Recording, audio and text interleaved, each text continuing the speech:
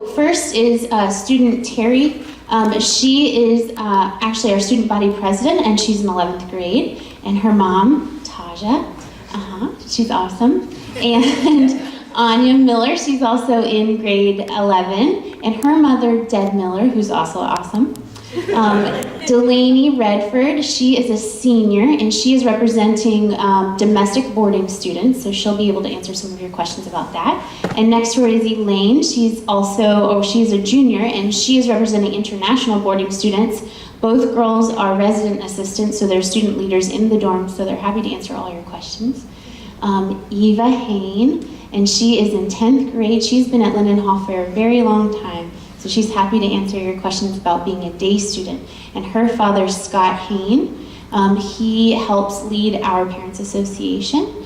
And Miss Michelle Rossi, she is parent of middle school student Mia. And Miss Sherry Rice, she is a parent to Maddie, who is in grade 11. And this is her second year, so she can give you a perspective on a new experience at Linden Hall. So I have a couple standard questions that we will open up the conversation with, and then parents and girls, if you have questions, please throw them at us. We're ready, okay? So the first question, and I think I will maybe I guess parents or girls, you can just raise your hand if you want to answer this question. Why did you choose an all-girls education experience?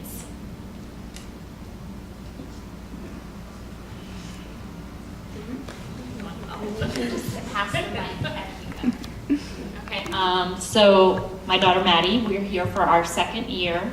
We came from a public school that was a little bit bigger, obviously Linden Hall. We had 2,000 students in the school. I think coming here, you've heard it already been said, every child is known, whether by students, but more importantly by the faculty and the administration.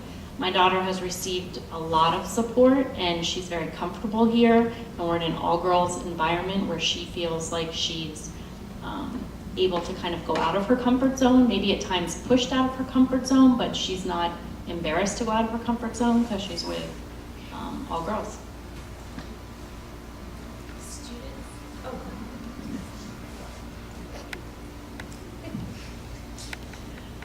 One thing I like about Linden Hall, actually it was my daughter's idea to come here, which I was really happy about because I went to a small private school as well. But when you're at an all-girls school, our girls are taught differently.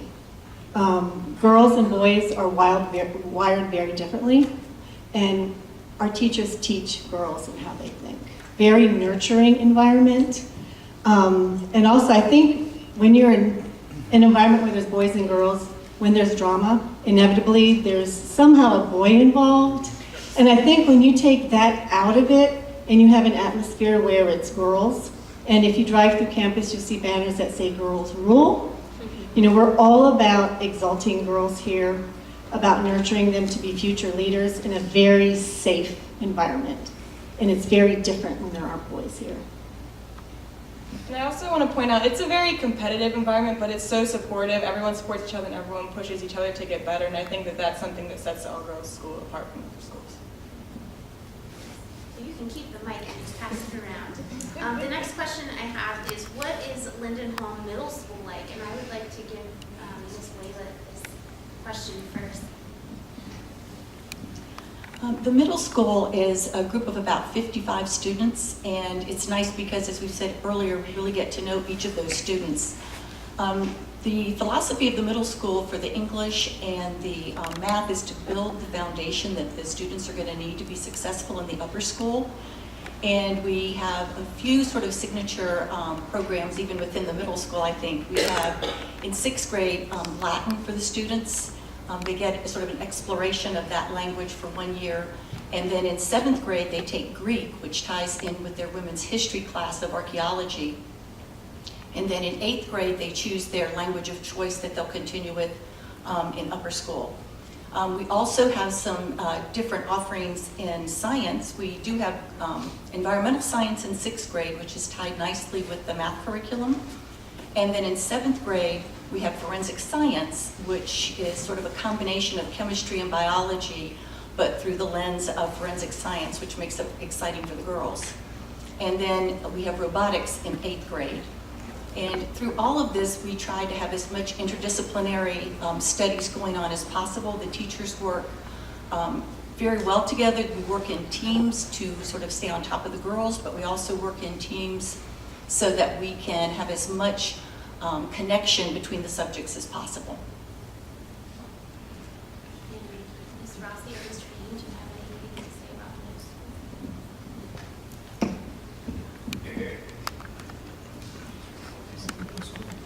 this? Yeah, my daughter is in 7th grade. This is our 2nd year, and she loves everything about Linden Hall, from the uniform to she's usually on this panel, but she's not feeling well today. But we've just had a wonderful experience. We also came to public school, much larger. We like the all girls. We like the smaller size because she's my husband and I's only child, and our focus is her education, and we found a place where that's everyone's focus here, is Mia's education and all the other girls here. And we've just had a wonderful experience.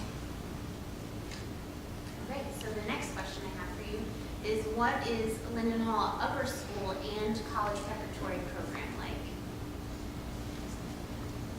Actually, I would love it if one of the girls would take that question first.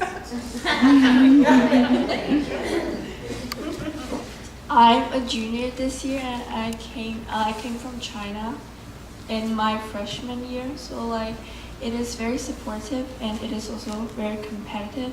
So like, we can each develop our own academic interests. Like for me, I'm interested in science, so I doubled up in science last year. I took honor chemistry and biology, and this year I'm taking AP chemistry. So like, I'm doing what I love at Linden Hall.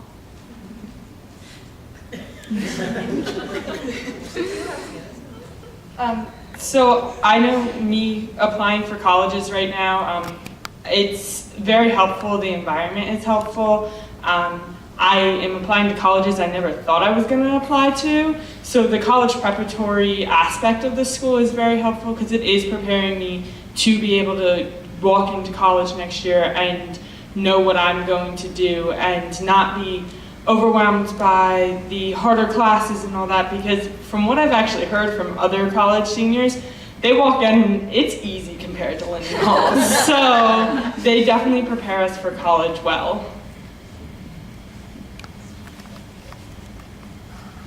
So thank you, ladies. That was awesome. Both Elaine and Delaney, I think, have really benefited from some of the programming here at Linden Hall. We do work hard with the girls to help them identify as they go through, well, starting in middle school, but then in high school is where you really get more of your choices. But to identify what are your strengths and weaknesses, what are your challenge areas, and what are your areas of particular interest. So it's been fun to be able to work both with, Elaine was in my honors chemistry class last year, watching her develop as a chemistry student, but then also, I mean, so many of these girls sitting here and all the girls sitting in the audience have other gifts that they bring as well, whether it's on the stage or with their voices or with their instruments or with their artwork or with their math or with everything that is around here. And so I think that when you're talking about being at a girls' school, we made an allusion to it in the video, but everybody around you is a girl. And everybody around you is succeeding and supporting each other and being successful. And it just contributes to that overall environment that just pulls everyone together, I think, in a really good way. College counseling starts when the girls are younger. I think that even just knowing, going through the graduation ceremony, even as a 6th grader, you recognize that every girl who leaves Linden Hall goes on to college. Right? And you get to hear names of colleges that you didn't think about, that you didn't think that you would connect with, and the focus of our college counseling office is really on finding the right fit. So whether you are a stage performer or an incredible athlete and you want to be recruited, we're gonna find ways to work with you on that. So now's your opportunity. If you have any questions that you've been mulling over on the drive to open house, please, this is your opportunity to ask them. Does anyone have even the most minor question, like what is the food like? So what is the percentage of boarders versus day students versus maybe 5-day boarders? Absolutely. I can answer that question. Yeah. So the question was about the percentage of boarders to day students and even the 5-day students. So the percentage of boarders today are 60% boarding to 40% day. And 5-day boarding, I believe, is about 10 to 12 girls in the dorms. Those are a combination of 6th grade all the way through 12th grade. And then percentage that I like to compare because I think it's excellent for our school, and it also depicts how your daughters would get a global education experience, is that we have the same number of day students as we have international students, and then the rest of the girls are domestic U.S. boarding students. So it is 80 international students, 80 day students, and then all the rest are domestic girls that stay here on campus. So I hope that answers your question. Other questions? So can you talk a little bit about required courses versus opportunities to really create a curriculum that fits each child's needs? Sure. So in the upper school, there are graduation requirements. We have set graduation requirements that include 4 years of English and 4 years of math and so on and so forth. But within that, there's an opportunity in almost every department to exceed your graduation requirements, either to exceed or then to accelerate and move more quickly through them. So if you are a language student, if you're somebody who loves languages, and you started in 8th grade by taking Spanish 1, and you get to 9th grade and you're taking Spanish 2, and then you hit 10th grade and you say, you know what, I really want to start Mandarin. You know, it's a really cool language. My friends who've taken it are enjoying it and I'd like to start it. There's room in the schedule to fit that in.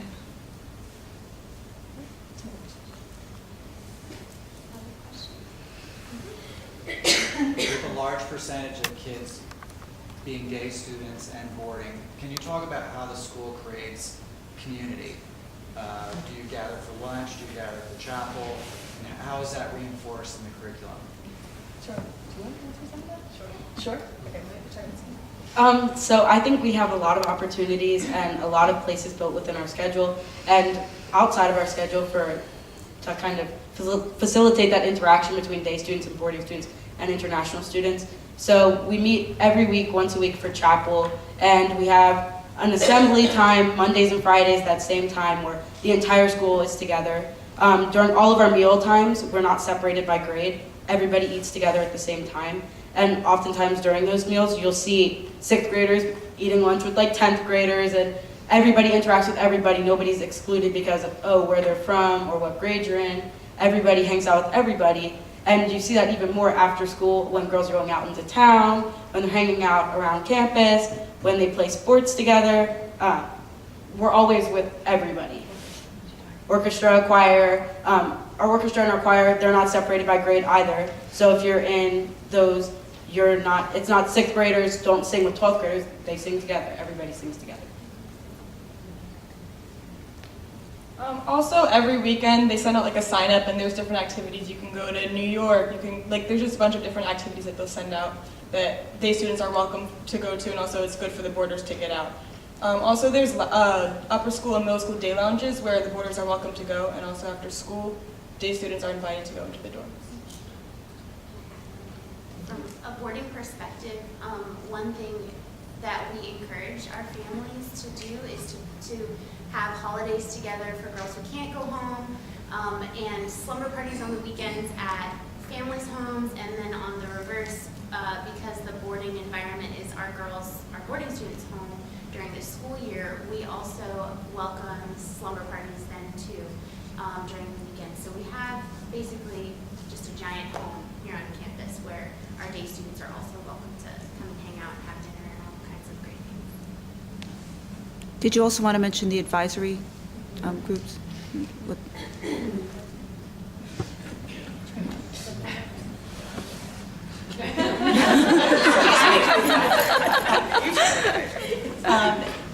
have groups of about, I guess, 6 to 9 students in advisories.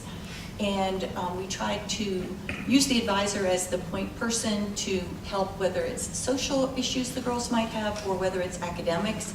And that's the first person that we would ask the parents to go to first if there's any issues. And they keep in close contact with the parents. You'll usually hear from them regularly through the year about things that they're doing. Speaking of advisory, one of the things we do, Mr. Whalen and I, on Thursday nights, we have an advisory over each week all year so that by the time the year ends, we have seen all the advisors and advisees. So we really look forward to that and enjoy that and get to talk to girls a little bit more individually than sometimes we may be able to otherwise. So I know your initial question asked how are the boarding and day students essentially differentiated, and I think you can tell from all of the answers that we're getting, they're really not. We are one community. I saw another hand. I guess that local day transportation, I saw somewhere on the website you provide that for how far away? How far? Yes. So we have for Pennsylvania families who live within a 10-mile radius, Linden Hall, I believe. Their school district typically will transport them. It is only certain schools, but it's actually a pretty long list. And I'm happy to speak with you after to find out if you live in one of those school districts. We do also offer transportation currently from the Reading-Wyomissing area to Linden Hall, and that is through Linden Hall. And we are happy to consider in future years other areas that require transportation because we have a wide interest for families. For instance, in the past we have had transportation from Hershey, and then all those girls moved either to campus or to Lidditz, and so we ended that transportation. So that's great. Some families end up loving us so much they move to Lidditz. Mm-hmm.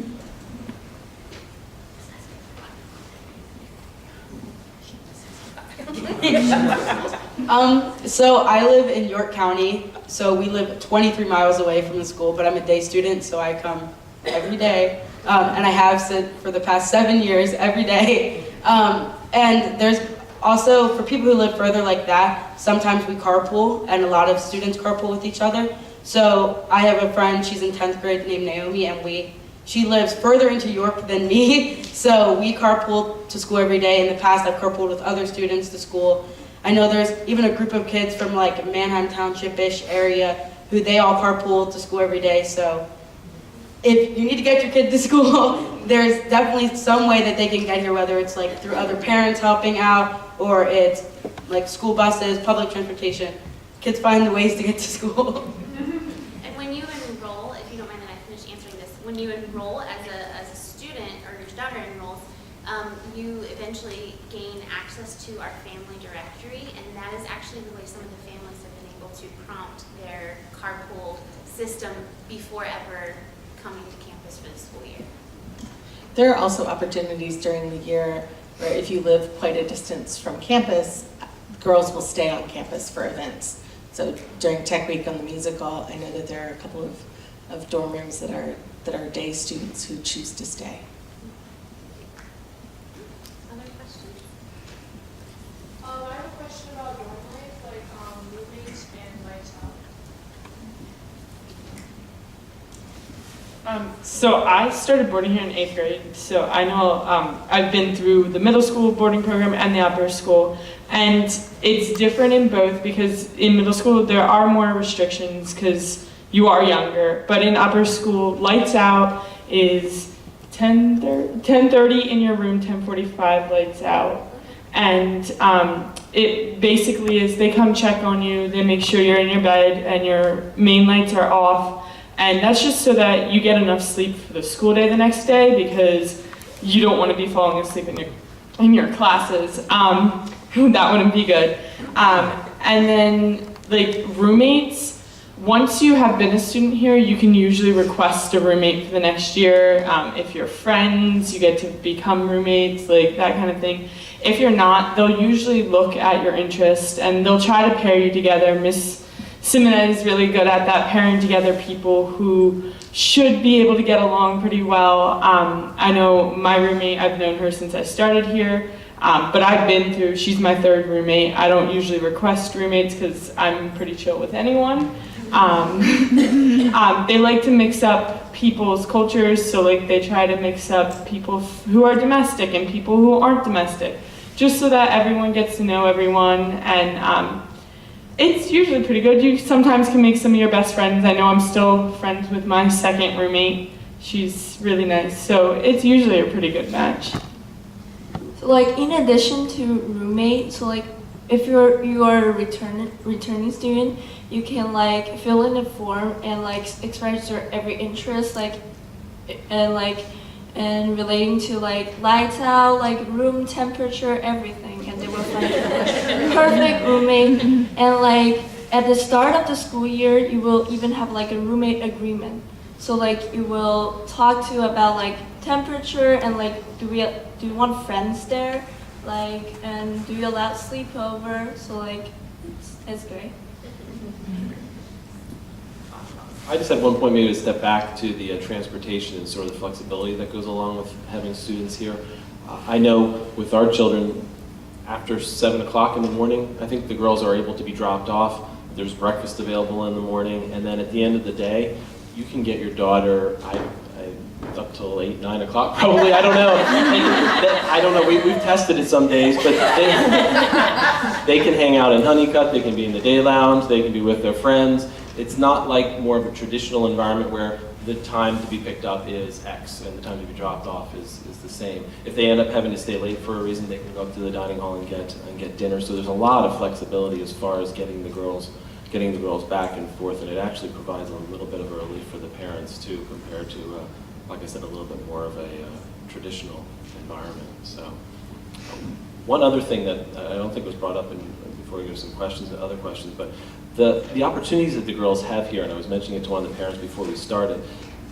I have two of my children are at a public school and two are here. In addition to Eva, we have our daughter Chloe is a junior, both of which started in 5th grade, so we've been here for 7 years now, with our oldest in 6 with Eva. But they have opportunities to be in the play, in the musical, on a sports team, to be in the orchestra, to do so many different things that maybe at a larger public school they just don't have a chance to do.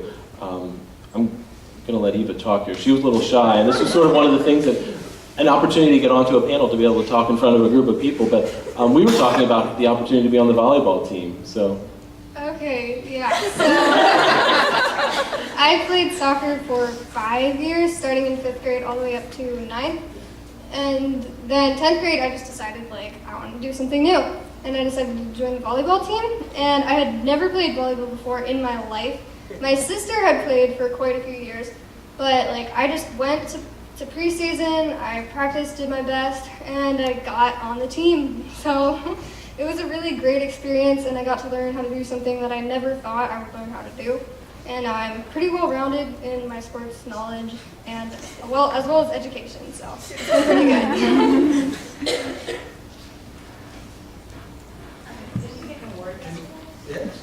Yeah, most improved. Can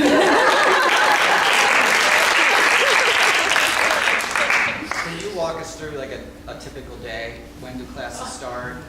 Lunch, athletics? How does a typical day run? So the first class starts at 8:30. We have 2 classes, and then there's either assembly, advisory, class meeting, chapel. So that's 30 minutes. Then we have a 15-minute break. Then we have lunch. No, we have 1 more class, and then we have lunch. And then we have 2 more classes. The last class ends at 3:30 on most days. There's also academic help during the lunch block on some days and sometimes before school, so that if you're having trouble in a class, you can go and get the help you need from your teachers. So regular day goes from about 8:30 to 3:30, 3:45-ish, and then sports are after that. Go ahead, girl. I just wanted to segue from something that Anya just mentioned when she talked about there's academic help. There's been a lot of talk this afternoon about the competitive environment here and how rigorous the academics are, and that's all true. But I think that I'd like to say that it's very difficult for a girl to fail here at Linden Hall because of the tremendous support that there is. From the faculty to the administration to even their peers. They're competitive, yet they go out of their way to help each other. So if you need help with something, it's here. So it's very difficult to fail, and it's very difficult not to feel supported here, both academically and emotionally as well. Okay, I was going to add on to the daily schedule and mention that you have six like classes, but on any given day, Monday through Thursday, you'll only have 5 of them, and then on Fridays you'll have 4 of them. And so all of your classes would meet 4 times a week rather than 5 with hour-long classes. And the goal of that is that way you're not bogged down with a ton of homework every night. So for one class, you'll have 2 nights to do your homework rather than just homework due the next day, which is also really nice because teachers don't double the amount of homework just because you have 2 nights to do it. You still would just get the same amount of homework. So whatever 5 classes I have on a day, the last class that I had that day drops out the next day, and then a new class moves into the first class. Sounds really confusing. It's really not that bad, especially once you see it on paper. It sounds, whoa, like where do I go? But it's not that bad, and all your classes meet at different times, so you're not necessarily in the same mood. It's not like you're always meeting in your math class at the start of every day. You might meet at like 8 a.m. Monday, but then by Thursday you're meeting at like 2 o'clock in the afternoon. Other questions?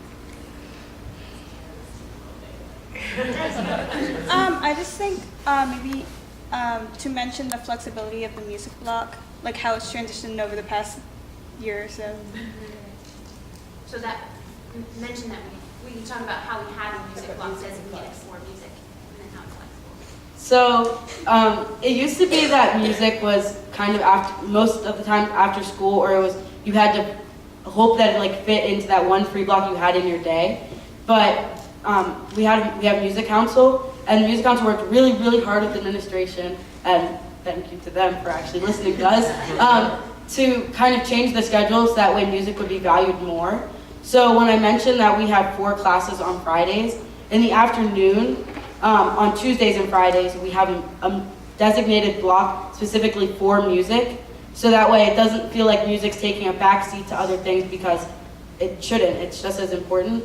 And so Tuesdays and Fridays, we have an hour-long period just for choir, just for orchestra. And then, no, that doesn't mean that you can only do choir or you can just do orchestra, because a few of us up on the panel here, we do choir and orchestra both. We just go back and forth between them. So we have that music block built in on Fridays, and then right after that is when we have a specific time designated for clubs block. So that way you don't have to worry about trying to meet with your clubs before school or after school. There's a specific block for you to be in your clubs. So every student is required to be in a formal club, and it's basically so that you can explore your interests more, and it looks good when you're applying to colleges, and it's good to be in a club. There's lots of clubs that are offered. There's also social clubs that'll meet at other times, which they'll decide with the members. But yeah, clubs meet after music on Fridays every week. Any other questions? Go ahead. I'm sorry, I was just going to tag on to what the girls were saying by saying one of the things that I've really enjoyed by being here at Linden Hall is the opportunity to really be engaged with and listen to student voice. So the girls here at Linden Hall, one of the things that we talk about a lot is girls finding their voice and girls knowing who they are in their heart and their core as they're leading out into the world and projecting that voice and that knowledge and that leadership. And I'm really proud that Linden Hall models that for our girls. Our student council group is a really strong group of young ladies. They come up with all kinds of crazy ideas, and I love sitting down with them and really distilling down to, what is this really about? What are you really interested in? But talking with the music council through the changes in the schedule for this year for music. And then also our student council does a lot of work, both with leadership and then also with student education. We have a program called Forum, where the girls get together and design an afternoon on a current topic of interest to the entire student body. And we all work together to pull in someone from the broader community, usually to have a conversation, and then the girls really dive very deeply into something that they are interested in, passionate about, and sharing with everybody else. So thank you all. Great, so if you have more questions, oh, did someone else have a question? My question is about attrition rate. So how many people are starting the school year and finishing the school year, or staying until they finish their senior year? What's the percentage that kind of is retained? And then it's kind of a two-part question is, what is the community like after Linden Hall? What are people, are they still alums of the school coming back, mentoring, talking, that network, helping these young ladies even with college connection, career, things like that? Great question. I'm going to start with the end, because that's where I have more of a touch point with our alums. There is nothing that I love more than having an alum home for Thanksgiving break. They all swing by, they stop by, they stop by my office, and I'm like, yes! It's a wonderful celebration to get to see them and talk with them. They want to stay connected. Not all of them come back and work here like Christy did, but we have a more and more active young alumni group. So we have girls who come back just to visit on their vacations. We also have some formal programming for them. We have a day in January when the girls are all still on their Christmas vacations, but we are back in session, and so we'll have a group of young alums who are currently in college come back and do a panel, something like this, specifically with the juniors and seniors, but then the availability for them to talk with any of the girls, grade 6 all the way up through 12, about what is college like and what was the transition like, so that when Delaney says, they come back and they say that their first year of college is easier, they can say, yeah, I knew how to write a 10-page paper, and my roommate had no idea where to start. Ms. Jenness made me write that paper, and now I know how to do it. So those connections, I think, are really important, especially as the school continues. If you all would, you all have been here more than a year, right? Yep. Yeah, every single one of you. Yeah, we have. It's rare for us to see a girl who's just here for a year. But I'm going to let Lauren talk about attrition in general. Yes, and I'll just add to on the alumni and current student relationship. They're really well connected with recent graduates, as our staff too. For example, Jen and I, we went to a college last year to visit some of our girls who were there, and we're connected with them. They come to graduation and many things like that. One exciting thing that we do every spring is Alumni Weekend, and we have our current students help with that, and they get to meet the alums. This year we had our group who was celebrating their 50th, and remarkably, I think it was about almost 20 women came to Lidditz to celebrate their 50th year, and that was because the classes are about 30 to 40 girls each year, so that was amazing. In terms of attrition, Linden Hall currently has about, I think it's a 8% attrition rate, which is actually a pretty healthy attrition rate. We do have a couple programs that send us one-year students only, so we have some wonderful girls who come just for 1 year, and it is a blast. And then we have other girls who are longtime students. I think the junior class is one of those where we're getting girls who have been here for 7 or 8 years, and that is quite a few girls in those classes, and it's excellent. I hope that answers your question. Mm-hmm. And I just want to say that connections with alumni, in my opinion, or maybe it's just because I'm getting older, but older in this school, I think that each year the alumni connections get stronger, because I think that each year as the school gets better and better, as it should get better each year, I think more alums want to stay in contact with students. So, for example, Alicia's mom, her daughter graduated in 2016, and I still talk to her daughter every day. And I was in 9th grade when she graduated, but I'm still talking to her, and I'm still talking to people that I talked to that graduated when I was in 7th grade, 6th grade. They're still we still talk to each other. They still come back to campus. Teachers still get really excited when they come back. So I think each year the alumni connections get stronger between students because more students want to stay. Social media also helps. Yeah. So if you have more